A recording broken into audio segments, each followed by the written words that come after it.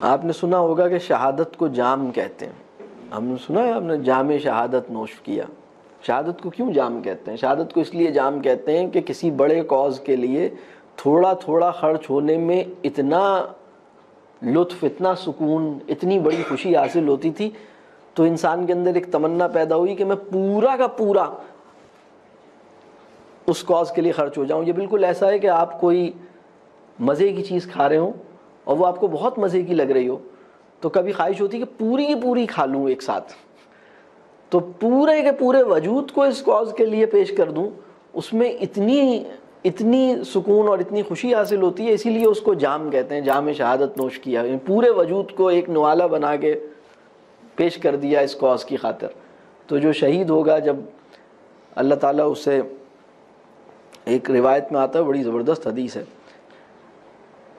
میری خواہش یہ ہے کہ میں دوبارہ زندہ کیا جاؤں، دوبارہ دنیا میں بھیجا جاؤں، دوبارہ آپ کے راستے میں اسی طرح سے لڑتا ہوا مارا جاؤں، یعنی شہید کیا جاؤں، اور پھر دوبارہ زندہ کیا جاؤں، پھر دوبارہ آپ کی خاطر لڑتا ہوا اس کاز کے لیے جدوجہد کروں، اور پھر دوبارہ شہید کیا جاؤں، اور پھر دوبارہ زندہ کیا جاؤں، اور پھر دوبارہ آپ کے راستے میں لڑتا ہوا شہید کیا جاؤں، اور پھر دوبارہ زندہ. اس طرح، کیونکہ جو لذت اور جو خوشی اس لمحے مجھے حاصل ہوئی، ایسی خوشی مجھے کسی اور چیز میں حاصل نہیں ہوئی. میرے اندر وہ تمنا ابھی باقی. یعنی تو خوشی جو ہے وہ اپنے آپ کو نچھاور کر دینے کسی کاز کے لیے، سیلف لیسنس سے، یعنی خوشی کی جو اصول ہے وہ یہ کہ دینے میں، کھانے میں جو خوشی ہوتی ہے کھلانے میں اس سے زیادہ ہوتی ہے، اور لینے میں جو خوشی ہوتی ہے دینے میں اس سے زیادہ ہوتی ہے. لینے کی خوشی جو ہے وہ وقتی ہے، دینے کی خوشی مطلب ایک مستقل ہے، اور اصل خوشی وہی ہے. اصل خوشی وہ ہے جس کی یاد بھی آپ کو خوش کر دے، جس کی یاد آپ کو خوش نہ کر پائے بلکہ اداس کرے، اس میں ایک یاسیت ہو، اس میں ایک کہہ لیجئے رنج ہو، تو وہ خوشی نہیں ہے.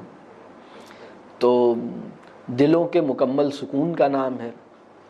اور خوشی کی ایک ڈیفینیشن اور بھی ہے کہ خوشی حاصل ہوتی ہے اپنے حال پہ راضی ہو جانے کے نتیجے میں. جو میرے پاس ہے، جو مجھے ملا ہوا ہے، میں اس پہ راضی ہوں. وہ انسان جس کے اندر یہ خواہش زندہ رہتی ہے کہ کچھ اور مل جائے، کچھ اور حاصل ہو جائے، وہ خوشی سے محروم انسان ہے. کچھ اور کو لینے کی، مجھے مطلب میرے پاس جو چیز ہے وہ مجھے کم لگ رہی ہے، مجھے کچھ اور بھی چاہیے، تو یہ انسان وہ ہے جو خوشی کا تجربہ نہیں کر پا رہا. خوشی حاصل ہوتی ہے جب انسان مطمئن ہو جائے جو اس کے پاس موجود ہے. تو خوشی شکر گزاری کے نتیجے میں حاصل ہوتی ہے. سچی خوشی اور شکر گزاری ایک ہی چیز ہے. یعنی جسے ہم خوشی کہتے ہیں، ہیپینس کہتے ہیں، تو تھینک فلنس اور ہیپینس ایک ہی کوائن کی دو سائیڈز ہیں. یہ ممکن نہیں ہے کہ کوئی انسان، یعنی اگر کوئی انسان یہ کہتا ہے کہ میں شکر گزار تو بہت ہوں لیکن خوش نہیں ہوں، تو اصل میں وہ شکر گزار نہیں ہے.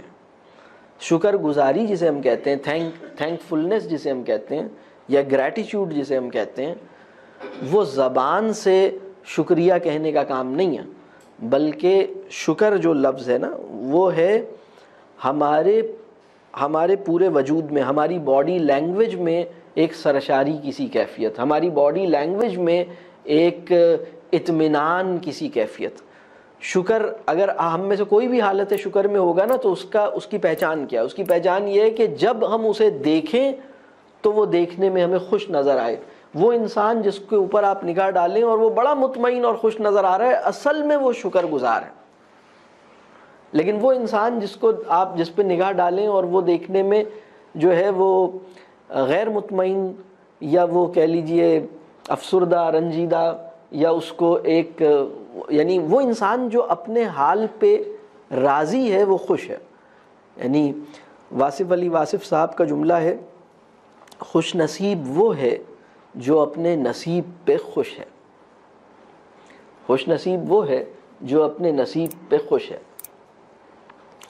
تو یہ ہے خوشی.